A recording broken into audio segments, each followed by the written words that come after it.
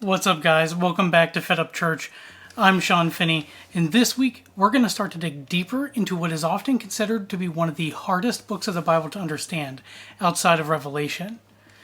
I find that there's a lot of value in studying the Word from the beginning to the end of a book, rather than solely focusing on topical discussions or sermons or messages each week that are completely disconnected from one another.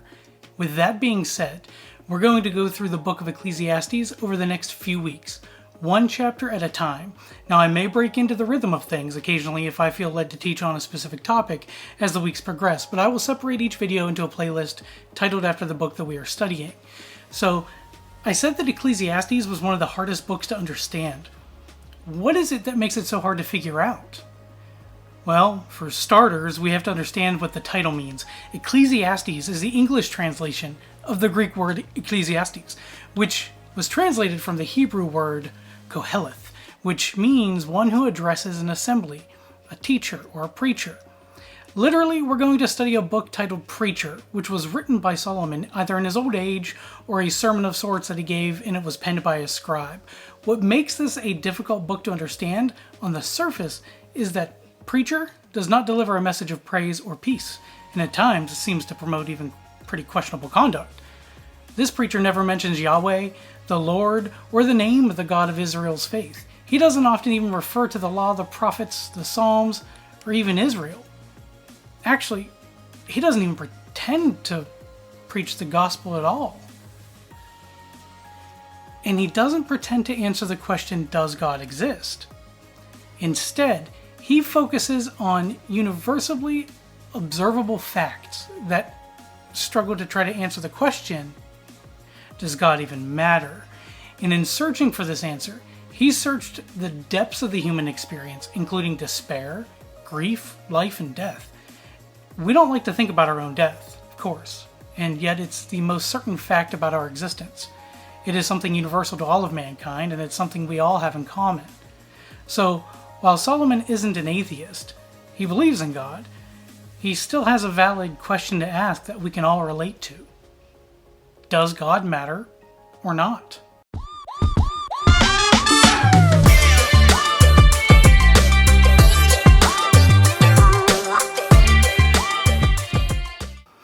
Alright, welcome back.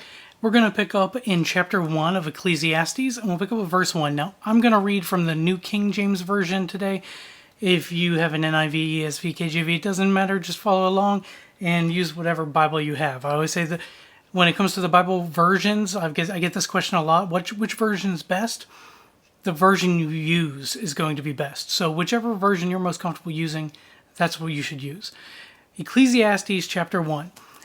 The first two verses set the tone. It says, the words of the preacher, the son of David, king in Jerusalem.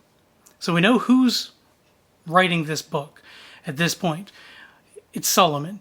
So it's either Solomon is preaching this as a message or delivering this message as like a sermon or a series, and it's being penned by his scribe, or this is written later on in his old age.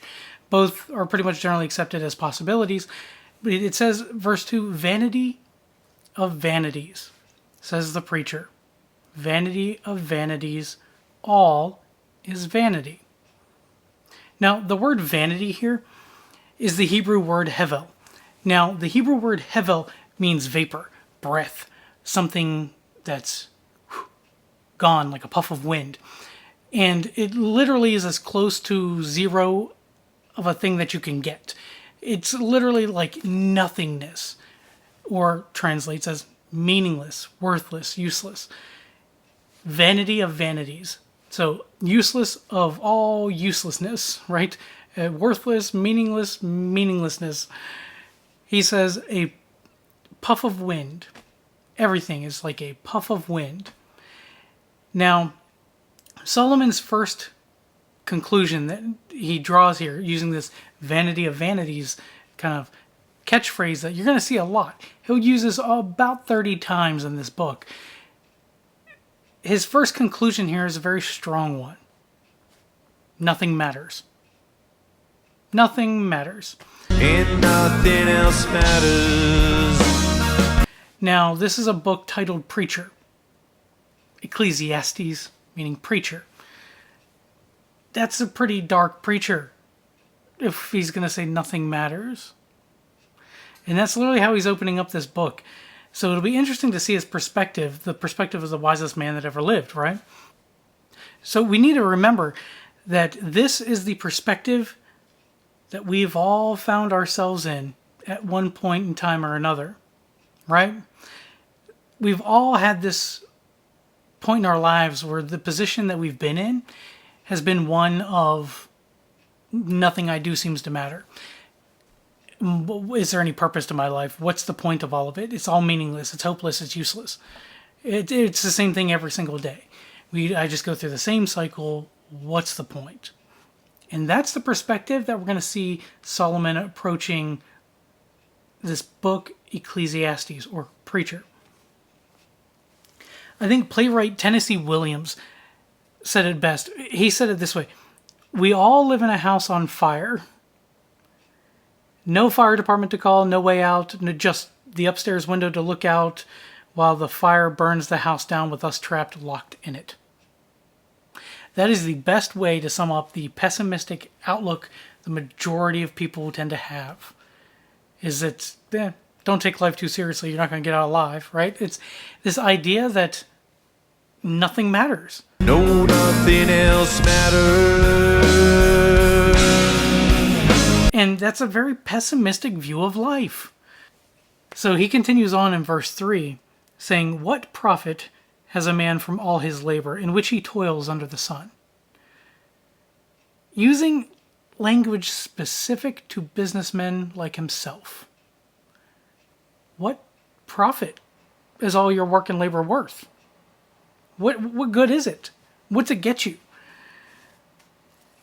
We know that all of life is filled with work, right? We work all day. It's labor all the time, like, right? No matter what.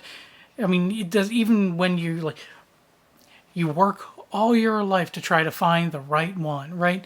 The person you'll spend the rest of your life with.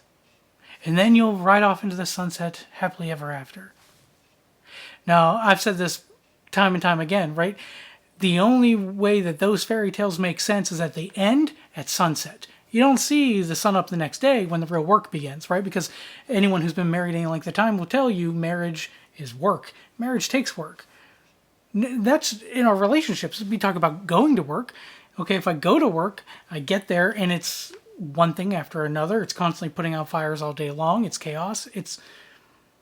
Everyone's short-staffed everywhere all the time, no matter what industry you seem to be in. That's kind of the going theme nowadays. So no matter what you're doing, we're all doing the same thing. We're all working nonstop. Solomon asks, what's the point of all of it? Is your achievement worth anything? What's it profit you to toil all day? What do you gain by it? Notice that Solomon here uses this perspective of under the sun. The verbiage he uses here, under the sun, meaning like the entire material world around you. He's focused solely on this life right now that we are living. He's not even venturing into the possibility of an afterlife. That's not even on Preacher's radar here. He's simply talking about your life right now. What does it profit you to have from all the toil, all your labor, and just constant? What's the word toil mean? The word toil means to just kind of like spin your wheels, right? Not getting anywhere. You're just playing around, just messing around. You're not actually achieving anything. And he says that about all his labor. What profit has a man from all his labor? That means in which he toils under the sun. Whether you're a CEO, whether you're a surgeon, whether you're a janitor, whether you're a fast food worker, all man's labor, all of it, doesn't matter what you do. He still asks the same question. What profit is it? What good is it? In the end, we all have one thing in common. Everybody dies. So why does it matter what happens between birth and death? And that's how he's opening this question. This is why I say Ecclesiastes is one of the hardest books to understand, because literally from Preacher's perspective, it's dark. It opens that way. because these are the people that even Solomon was seeing. This is what he was dealing with. And these are the people he's trying to help. So he's going to approach life from their perspective to help them see the logic or the fallacy in their thinking.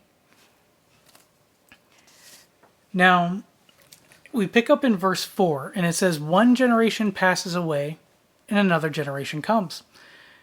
But the earth abides forever. The sun also rises, and the sun goes down, and hastens to the place where it arose. The wind goes toward the south and turns around to the north. The wind whirls about continually and comes again on its circuit. All the rivers run into the sea, yet the sea is not full. To the place from which the rivers come, there they return again."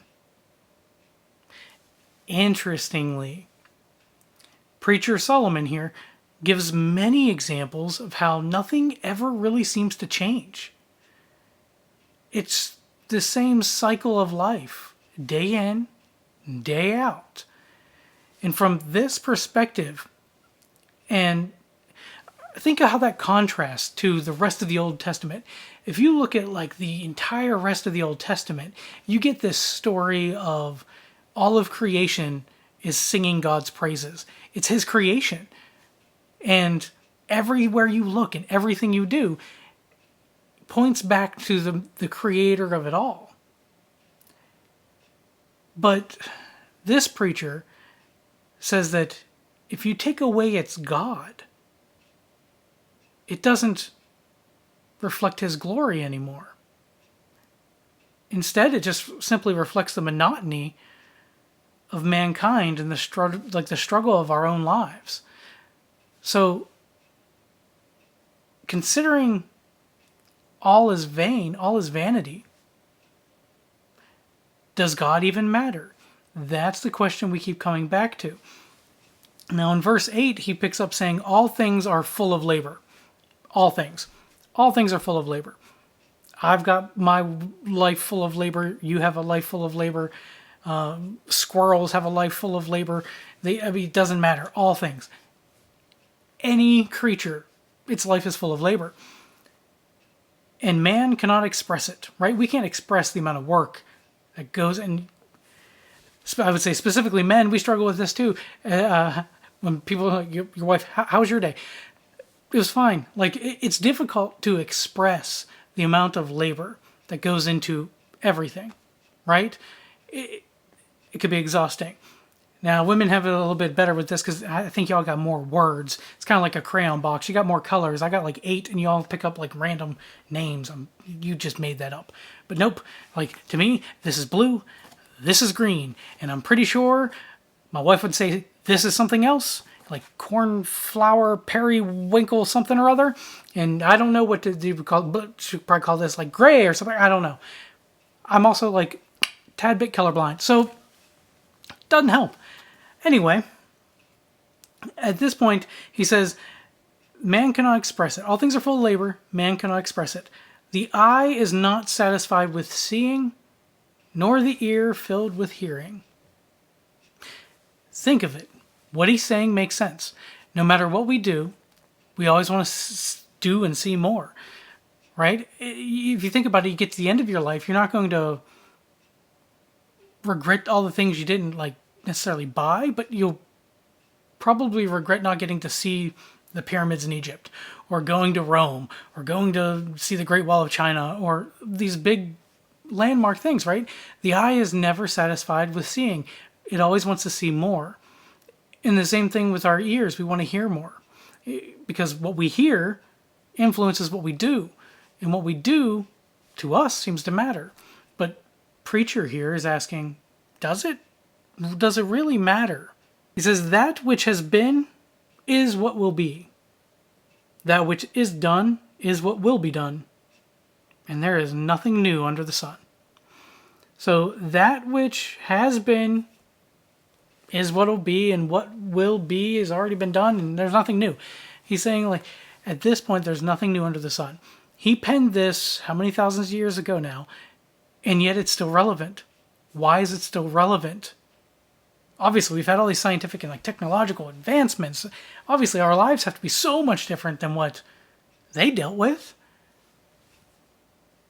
But are they? If you think about it, we have the same struggles. To put food on the table, keep a roof over our heads, to provide and care for our families, to go to work, to excel at work and do a good job and kind of work our way up the corporate ladder. These are the same struggles that they had back then. The same exact struggles. Nothing really changed. Look at human behavior. Okay. People are upset because their significant other cheated on them or having, relationship issues. It's like they had the same. Read the book of Hosea. Nothing's changed. Human behavior is the same. The only thing that changes is the style, and we got more gadgets and electricity, which didn't really help us. If anything, it made us more ADD and distracted. So I think if anything, we're exactly the same now as we were. Nothing's really changed. So he says, is there anything of which it may be said, see, this is new? It's already been in ancient times before us. Is there anything of which it may be said, see, this is new? Not really. We've had some technological advancements over the years, but when it comes to the human experience, we haven't really changed anything. Nothing's really new. I can't think of a single problem I've ever had that somebody else hasn't already had before me. And that's comforting in a way, right? Because then I know, okay, people have gone through this before, so I can see how they handled it. I can reach out to mentors for help because that's the value of a mentor, right? The value of a mentor is somebody who's already experienced the pain of a problem you're about to create. So if you can talk to a mentor and then let them guide you, you can avoid the pain of that problem. But I can't think of anything I've ever experienced that somebody else hasn't already experienced before me. I've never had a novel, brand new kind of experience to the human race. And that's what Solomon is saying here, is there's nothing new. There's nothing really new. It says, there is no remembrance of former things, nor will there be any remembrance of things that are to come by those who will come after. So this preacher moves from life is meaningless to the inevitable conclusion that follows all of your labor, all the things you see, everything you hear, what it means to be human. It's all meaningless. Ouch. Preacher. Come on. That's not living my best life now. So really, if you think about it though, what is the difference? What is the difference between a hamster running on a wheel in his cage, endlessly, cycle upon cycle, never getting what he wants, which is freedom, and what we do day in and day out, right? We get up in the morning, we get ready for work or school, we go there, we toil all day, 8, 10, 12 hours, and then we come home exhausted, we eat dinner, and then we get ready for bed, we go to sleep, we wake up to an alarm clock, and we do the exact same thing over and over and over again. This preacher mentions here that there's nothing new under the sun. Nothing new under the sun. I mean, think about it, though. That's true, too. The next big thing for Christmas, I guarantee you, there will be some item that every kid wants because it's new. But you'll see news stories of people killing each other in a Walmart parking lot for it in December, when they could pick it up for pennies at a Goodwill in January. Because the new wore off. And that's what Solomon is saying here, is there's nothing new under the sun. Even when things are new, they may be new to you, the new wears off. And it's not new for long. So, in the grand scheme of things, is anything really ever new? Or is it just transient? It comes and it goes. If you think about the struggles that we face, if there's nothing new, and if we're all kind of sharing the same human experience, yours might be slightly different than mine, you might have slightly different experiences than I do, but over the big grand scheme of things, right? Big picture. Solomon is a big picture kind of guy, a big picture thinker. So he's saying here that if we all face the same struggles, and these are things that we have struggled with since the dawn of time, food, shelter, habitat. If we've all faced these same struggles, and thousands of years have elapsed by the time he writes this, and thousands more since, right? What's the point? Does any of it even matter? How does it matter if we're all experiencing the same struggles, regardless of the progress that's made? These are valid questions, and these are questions that a lot of people tend to ask when you start asking them, do you believe in God? And they go, I don't see how I can believe in a God that allows bad things to happen. Or my favorite, it's bad things to happen to good people. What's your standard for good is the question I typically ask there. Because there was only one good person, and he volunteered for the bad thing that happened to him. So, you can't really use that logic. Now, if you're trying to explain the emptiness and the meaninglessness of life, absent God at all, which is what Solomon's doing here. He's opening up Ecclesiastes, preaching about everything's vanity, everything's vain, and approaching it from that perspective that if you're going to try to argue that there is no eternity after this, there's no God to worry about, there's no God to serve, then what's the point? It's all vain. You're just going to live, struggle, and die, and we're all doing that. That's the approach he's taking here. He picks up here in verse 12 saying, I, the preacher, was king over Israel and Jerusalem. I, the preacher, was king. Was, past tense. Now, Solomon's still king, even when he's writing this. Why is he putting it past tense? This kind of goes along with the same thing as nothing's new, right? Everything, it's transient. All of this stuff doesn't really matter. It's all temporary titles, temporary estates, temporary pleasures, temporary highs. It comes and it goes. Instead of viewing it like, oh, I'm king of Israel, you should listen to me. A lot of people try to play on credibility that way or drop titles. He's not doing that. If anything, he's actually distanced himself from his title as king over Israel. And he's saying, I was king once. Like, I know what this means. I was king once. And even then, he doesn't consider his title to be something that should be like a badge of honor, like we would probably do today, like, I'm royalty. Obey. He doesn't point to this title as king like it somehow matters. Because in his viewpoint, it doesn't. It's all vain anyway, so in his viewpoint, eventually, he will be a past tense king. Verse 13 says, And I set my heart to seek and search out, by wisdom, concerning all that is done under heaven, this burdensome task God has given to the sons of man, by which they may be exercised. What?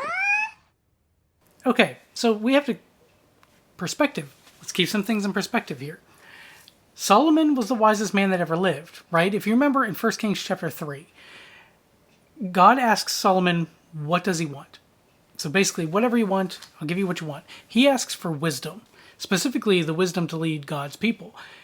So God gives him wisdom. So he has a God-given wisdom. Like all the wisdom that a man can have, Solomon has that. If the answers to these questions of the emptiness and meaninglessness of life could be answered by wisdom, Solomon would have done it. That's what he's saying. That's his point. He said, I set my heart to seek and search. And these two verbs in the Hebrew are different.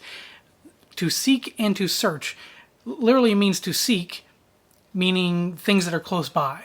To view things close by and inspect them. And to search things far and wide. Survey the land. So they have two completely different meanings. And the distinction that he's going for here is very clear. He says, I set my heart to seek and to search, to look at things close to me and things far away. Search out by wisdom this gift that he has concerning all that is done under heaven. And I want you to highlight that point, under heaven. He applied his heart here to searching for answers by wisdom, everything done under heaven, not in heaven. He's not looking for answers that involve God as an explanation. Meaning he solely used wisdom and logic to try to understand everything under heaven, everything under the sun, everything that we see, the material world around you. He intentionally tried to exclude these answers that would be derived from anything within heaven. Solomon searched for his answers without God. He's starting Ecclesiastes, this book titled Preacher, and he's starting it by looking for answers without God, because that's where we all start. We're all starting there. At some point or another in our lives, we've all started searching for answers, doing everything we could to find the answer without relying on God as an explanation, the Bible as a tool, or prayer as the weapon of choice. It's kind of like diet and exercise. We'll do everything to lose weight, but diet and exercise. And a lot of times we're the same way. We'll do everything we can to get our answers except for read the Bible, talk to God, and use God as an explanation for any of it. I know this probably more than most. As a trained neuroscientist, I was trained specifically only the observable fact. Anything subjective is excluded. Any outliers, you exclude them. We're going to focus only on these solely objectable evidence. And from that draw our conclusions. But Solomon's saying, I tried that. And he's the wisest man that ever lived. And if he's trying that and he's still not getting answers, then that pretty much gives us a clue that it's not going to work for us either. There's no way that you can get to answers. Answering that, what is the point of all of it without talking about God? In verse 14, he says, I have seen all the works that are under the sun, and indeed, all is vanity and grasping for the wind. Now, consider this. The self-help industry is a $14 billion industry. It's like $11.3 billion last year. It's projected to be $14 billion by 2025. That means there are books and audio tapes and sermons and podcasts and seminars and conferences and motivational speakers, all of which exist solely to help you, quote unquote, live your best life now. Now, if all that and I'm not trashing self-help books because I love them as much as the next person. I own countless bookshelves of books like that. I love getting to see different ideas and different tools and different perspectives on things. But Solomon points us to one unavoidable fact. While some of them may have great ideas, right? And our lives could be better off if we implemented some of those in our lives, one unavoidable fact remains. All that stuff, all the wisdom, all the knowledge included in all of it, just simply helps us live our meaningless lives better. And I say that, meaningless lives.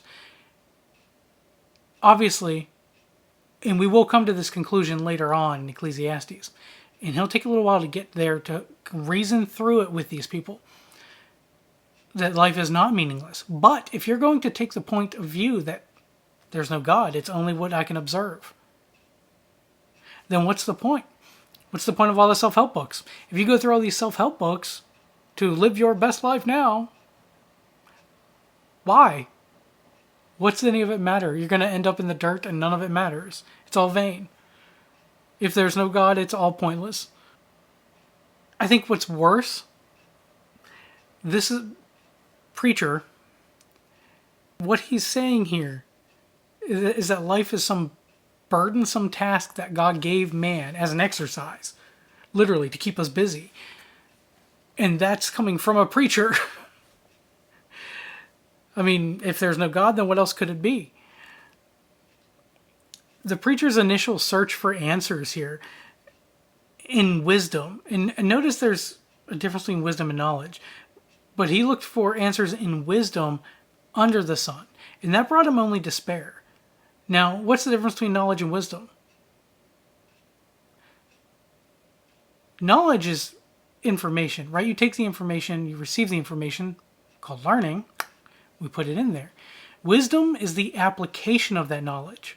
So Solomon asked for wisdom, which is a very wise thing to do, because a lot of people have a ton of knowledge, trivia knowledge, everything. I mean, there are people who out there could explain to you how to build a company from the ground up and how to do it, and they've got their MBAs in it and everything, but they're living in their mom's basement because they didn't actually apply anything that they learned, right? So that's the difference between knowledge, knowing something, and wisdom, being wise, applying these things in your life. And now Solomon used wisdom, meaning he's applying these things. He's not just talking the talk, but he's walking it out. He applied knowledge and wisdom. And by wisdom, he said he searched for answers by wisdom and in wisdom under the sun.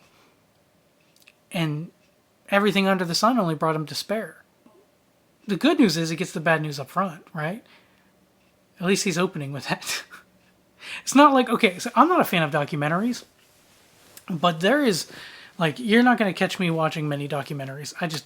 I don't enjoy documentaries. That's not my cup of tea.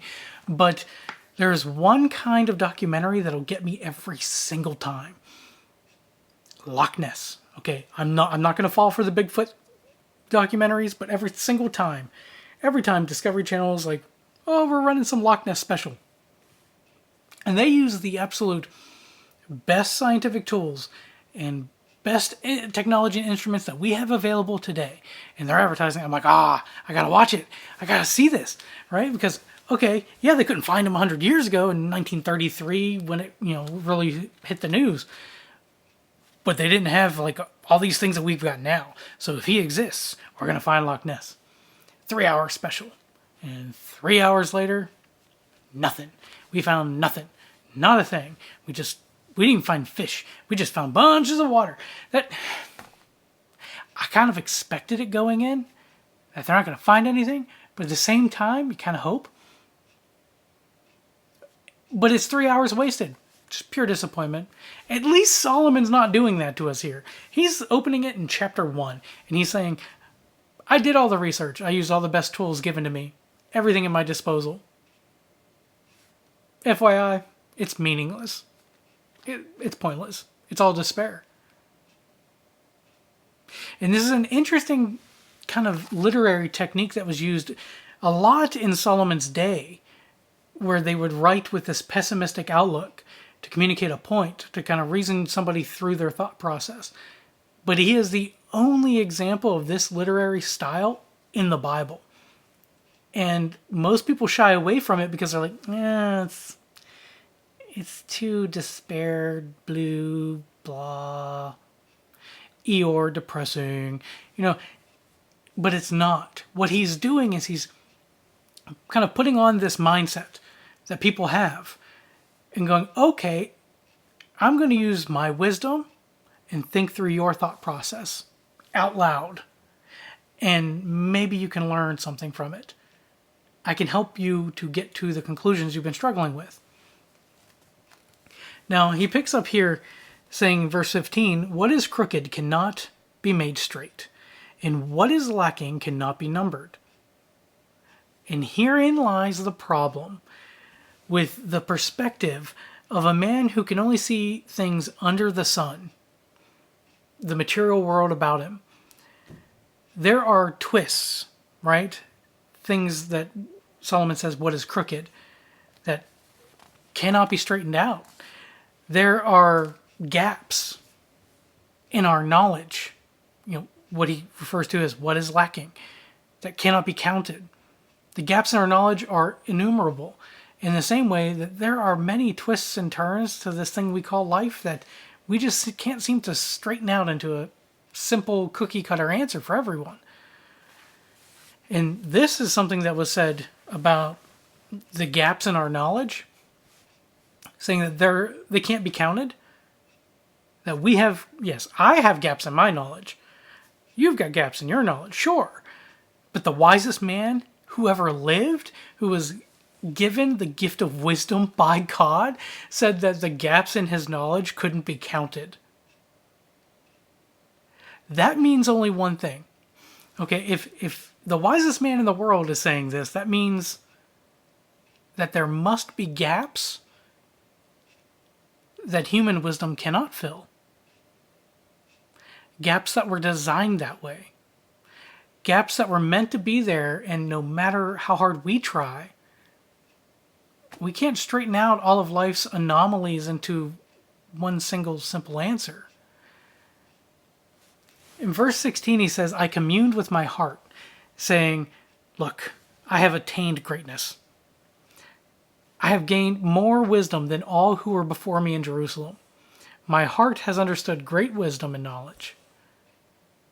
Solomon said in his heart, for anyone trying to find answers to life, absent God as any kind of explanation, this is where you start. This approach is natural. We tend to look inward for answers instead of to the God who put those gaps in us in the first place. And we're trying to look inward so desperately to fill those gaps in our own meaningful way. But no matter what we do, we can't. Here we're coming to the main thesis, the main point of what Solomon is saying. Is that you have gaps that you cannot fill. No matter what your eyes see, your ears hear, no matter what you do, no matter what kind of toil and labor you exhaust yourself in, no matter what you do, there are gaps that you cannot fill. They were designed into you by God.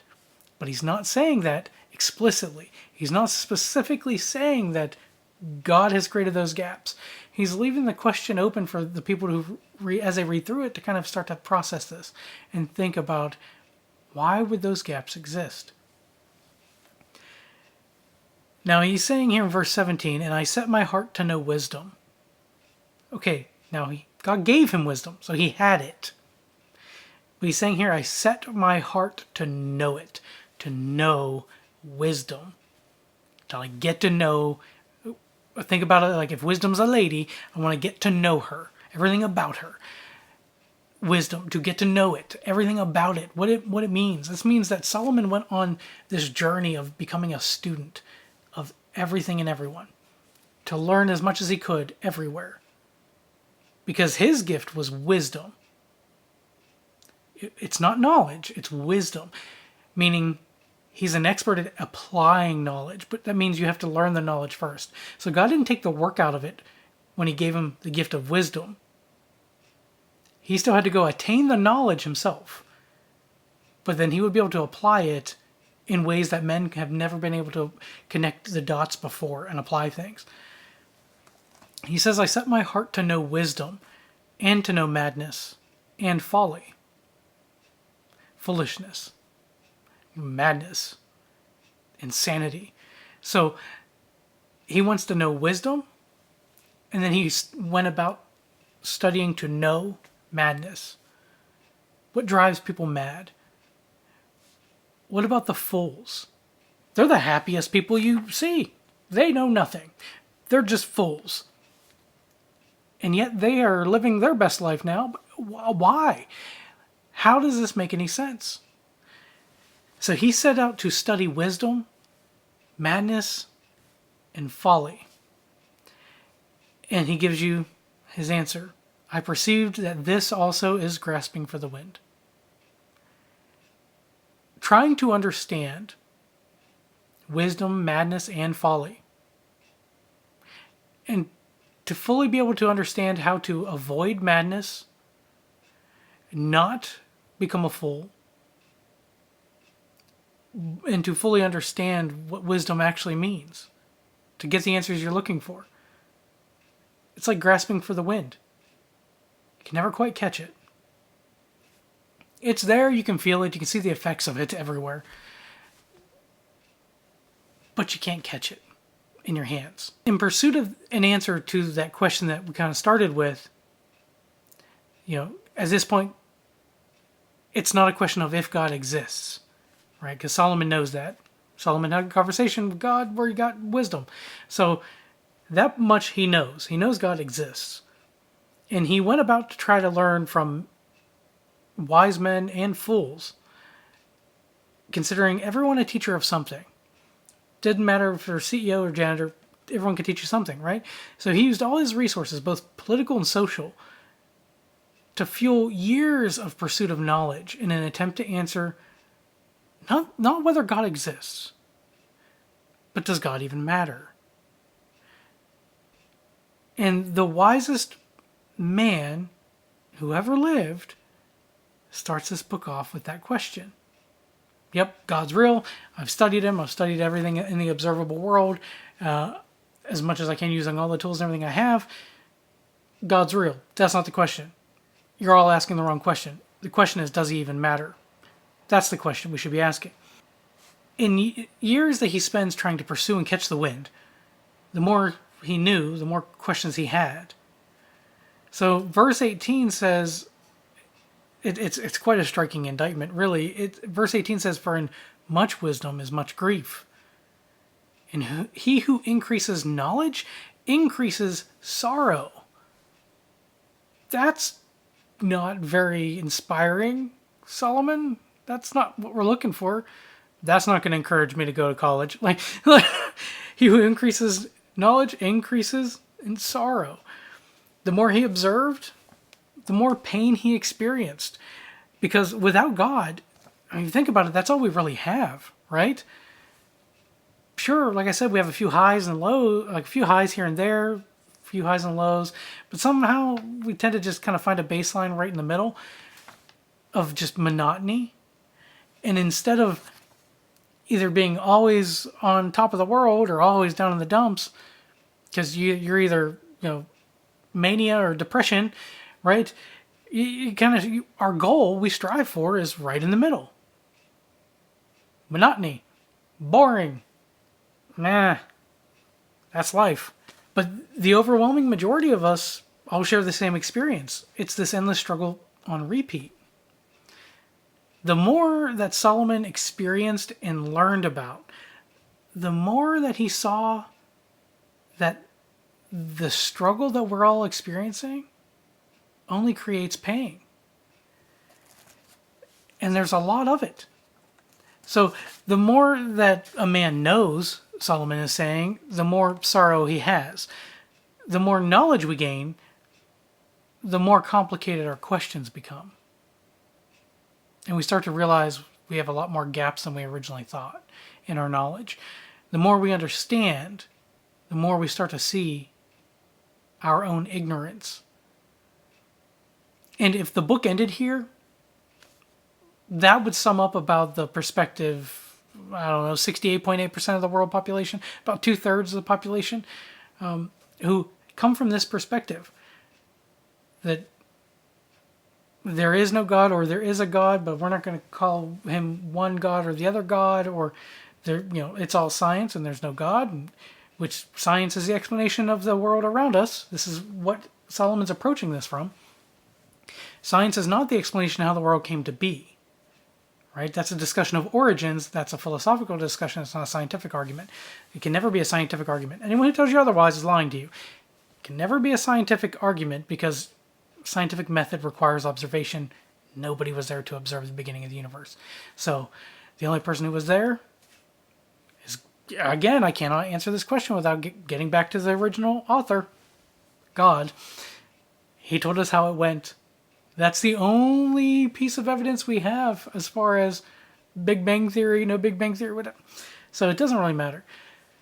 The more we learn about it, the more we know, and I'm sure the more we know about things like creation and the beginning of all things, the more questions we have. But thankfully, this book doesn't end here. This preacher is just getting started. So join us as we dig into chapter 2 of Ecclesiastes next week, and I'll look forward to seeing you guys back. If you liked what you saw here today, Go ahead, hit the like button, subscribe, turn on the notification bell so that you get notified of the next Bible study we put up. And I look forward to seeing you guys next week. Love you guys. And nothing else matters.